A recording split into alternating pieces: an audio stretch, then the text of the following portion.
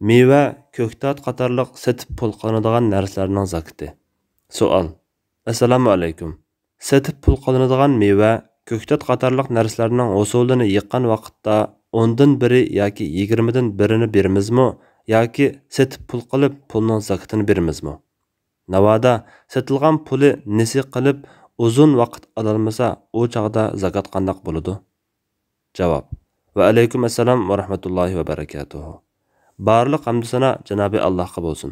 Shundaqla payg'ambarimizga, oila tavobatlarga va uningga toki qiyomatgacha ergashganlarga dur salomlar bo'lsin. Zimmindan chiqadigan ziroat usullariga zakat keladi. Janobi Alloh mundaq degan. U yana bidishlik va bidishsiz bog'larni barpo qilgan, mevalari, donalari bir-biriga o'xshamaydigan xorma daraxtlarini, ziroatlarni, zaytun va anarni bir-biriga o'xshaydigan va o'xshamaydigan qilib yaratgan zotdir. Mevasi pishqanda ulardan yanglar, usul olgan kunda haqqini ado qilinglar, isrof qilmanglar. Alloh haqiqatan isrof qilishlarni yoqtirmaydi. An'am surasi 141-oyat. Ziroat yomg'ir yoki eriq o'stanlardagi bekorliq suv bilan sug'urilgan taqdirda usullarga 10% zakat keladi. Kuch va chiqim bilan sug'urilgan ahvolda 5% zakat keladi. Salim otasi Abdullah ibn Umar radhiyallohu anhudan rivoyat qiladi-ki, Rasululloh sallallohu alayhi va sallam mundaq degan: Osmondan, buloqlardan sug'urilgan yoki sug'armizmi o'zi yildizi bilan suv ichadigan ziroatlarga 10dan biri keladi. Suv akilib sug'uriladigan ziroatlarga 20dan biri keladi. Ziroat usullarining turlariga kelsak, bug'doy qatorliq oshliqlarga mevalardan xorma bilan uzumga zakat keladiganligida olimlar birdek ittifoq. Lekin uningdan boshqa mevachi va ko'ktat, bidiga o'xshash hayvonlarning yem xashaklari, qizilgul, zapa qatorliq dori-darmaklar, kevaz va choy qatorliqlarga yuqorqidagi zakat kelamdi. Ko'pchilik olimlar xorma bilan uzumdan boshqa mevalarga, ko'ktatga yuqorqidagi zakat kelmaydi. Setilgandan keyin pul qo'lga kirib 1 yil o'tsa, o'z oldiga yoki qo'lidagi boshqa iqtisodga qo'shilib zakat keladigan o'lchamga yetsa, ondan pul hisobida 2,5% miqdorda zakat keladi, deb qaragan. Bularning ba'zilari faqatla bug'doy, arpa, xorma va quruq uzumdan iborat 4 turlik usulda ziroat o'lchami bo'yicha zakat keladi, deb qarasa, yana ba'zilari ozuqliq bo'ladigan, saqlanadigan usullarga zakat keladi, deb qaragan. Yana ba'zilari quritilib kamchilanadigan, uzun muddat saqlanadigan usullarga zakat keladi, deb qaragan. İmam Abu Hanifa rahmatullohi alayhining 2 shogirdimi ko'pchilik bilan o'xshash qarashda bo'lgan. Ko'pchilik olimlar asosan Rasululloh sallallohu alayhi va sallamning o'zim bilan xormadan boshqa mevachi va ko'ktatlardan zakat olmaganligiga asoslangan bo'lib, ba'zi bir ojizroq rivoyatlar bilan oyat va hadislardagi umumlikni bildiradigan dalillarni xoslashtirish yo'lini tutgan. Masalan, 1. Ata ibn Sa'ib rivoyat qilib deydi-ki, Abdullah ibn Mughira Musa ibn Talhaning zaminidan chiqqan ko'ktatlardan zakat olmoqchi bo'lganda, Musa ibn Talha uningga undaq qila olmaysan, chunki Rasululloh sallallohu alayhi va sallam uningda sadiqi yo'q deydi degan. Yana bir rivoyatda tarxamak, tavuz, anar va shakar qumushi qatorliqlardan zakat apu qilingan bo'lib, Rasululloh sallallohu alayhi va sallam zakat olmay apu qilayotgan deb kelgan. 2. Rasululloh sallallohu alayhi va sallam Abu Musa radhiyallohu anhu bilan Muaz radhiyallohu anhuni Yamanga din o'qitishga avatganda ularga arpa, bug'doy, quruq uzum va xormadan iborat mushu 4 narsadan boshqasidan zakat olmanglar degan. 3. Muaz radhiyallohu anhu Rasululloh sallallohu alayhi va sallamga ko'ktatlarga zakat kelishi masalasini so'rab maktub yozganda, uningda zakat yo'q deb javob bergan. Ko'pchilik olimlar yuqorqilarga tayinib bundaq qaragan. O'z vaqtida kishilarning turli ziroat usullari bar turuqliq Rasululloh sallallohu alayhi va sallam uningdan zakat olmay apu qilayotganligi bu turli usullarga zakat qilmaydiganligini bildirdi. Imom Qurtubiy mundaq degan: Zakat uzun saqlanmaydigan mevachi va ko'ktatlarga emas, oshliqqa keladi. Taifda anar, shabtul va o'turja qatorliq mevalar bor edi. Rasululloh sallallohu alayhi va sallamning uningdan zakat olganligi biror dalil bilan kelmagan.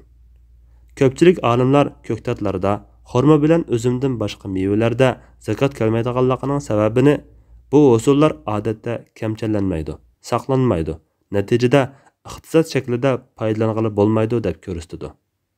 İmam Abu Hanifa rahmetullahi alayh odatda zaminga teriladigan har qanday ziroatdan chiqqan usulga yuqorqi ziroat usullariga bekitilgan o'lcham bo'yicha zakot keladi. Dan, tarxammak va samsaqa o'xshash o'tiyash, bida, gul, zapa, zarangza, mevchi va o'sma qatorliqlarning hammasi buningda o'xshash deb qarab, oyat va sahih hadislardan mundaq dalil keltirgan. Birinchi, ularning mollaridan zakot olganki, uning bilan ularni gunohlardan tozalab poklig'aysan.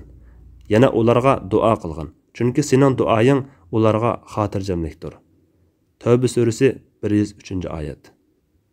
Mevchi va ko'ktatlarmi moldir. Ikkinchi, ey iymon etganlar, sizlar ishlab topganning poklaridan va biz sizlarga zimmindan chiqarib bergan narsalardan sarf qilinglar.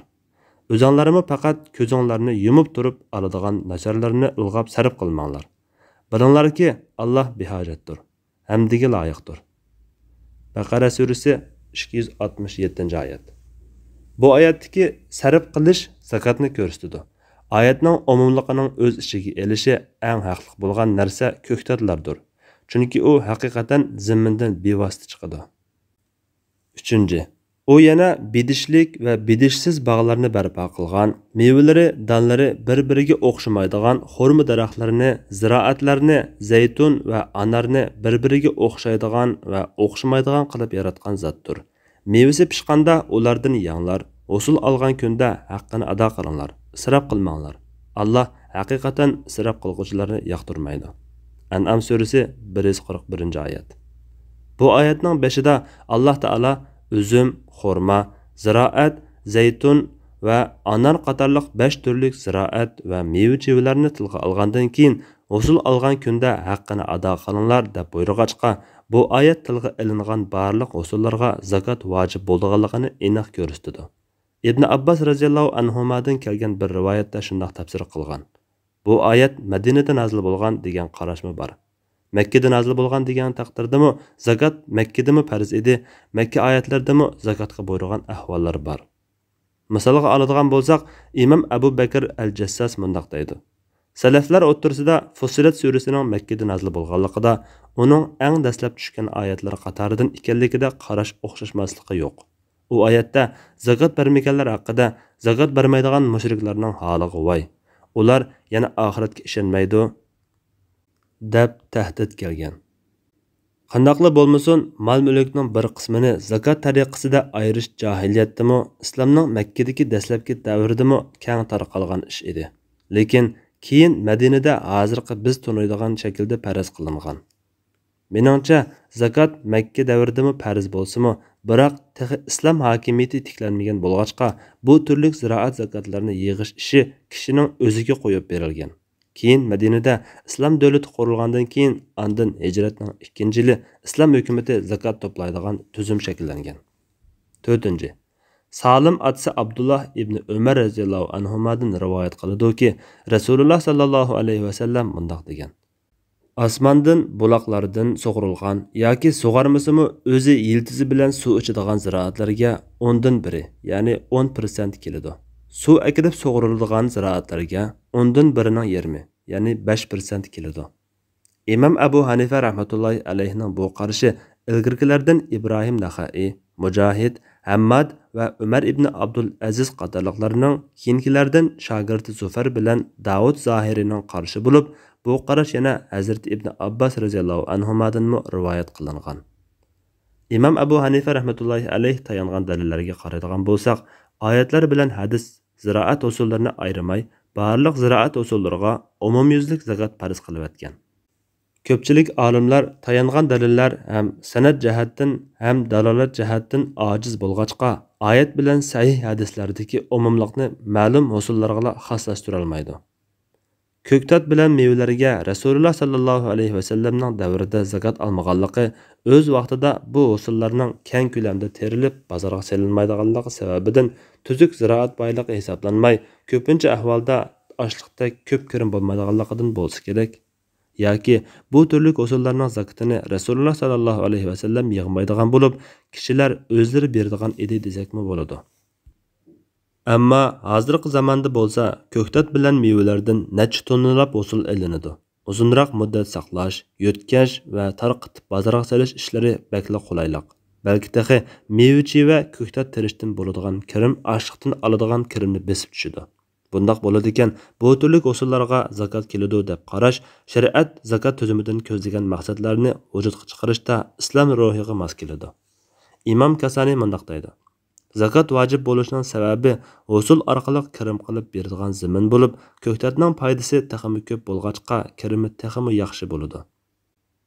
Yuqorqilarga qaraydigan bo'lsak, mayli dalil jihatdan bo'lsin, mayli islom ruhiga mos kelish jihatdan bo'lsin, mayli shariat zakat tuzumidan ko'zlagan maqsadlarni vujudga chiqarish jihatdan bo'lsin, Imom Abu Hanifa rahmatullohi alayhining zimindan chiqqan har qanday hosilga zakat keladi degan qarashi zamonimizga eng munosib keladigan qarashdir.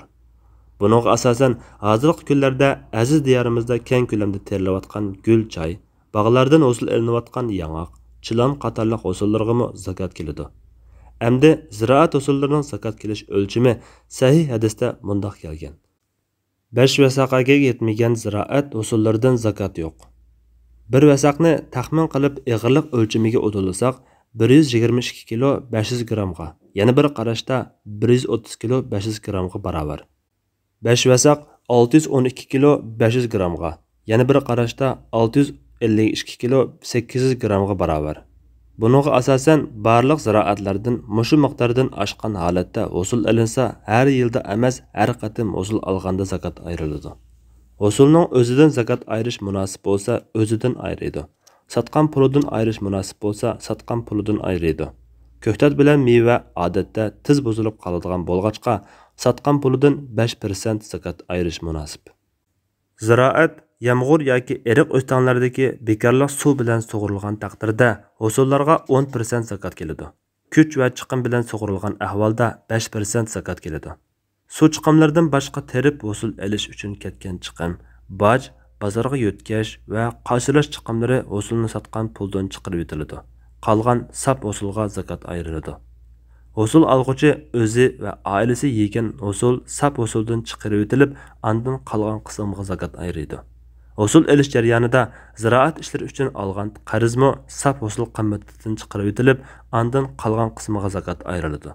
Undan boshqa qarzlarning vaqti kelgan bo'lsa, sap hosil qimmatidan chiqarib o'tilib, andan qolgan qismiga zakat ayriladi.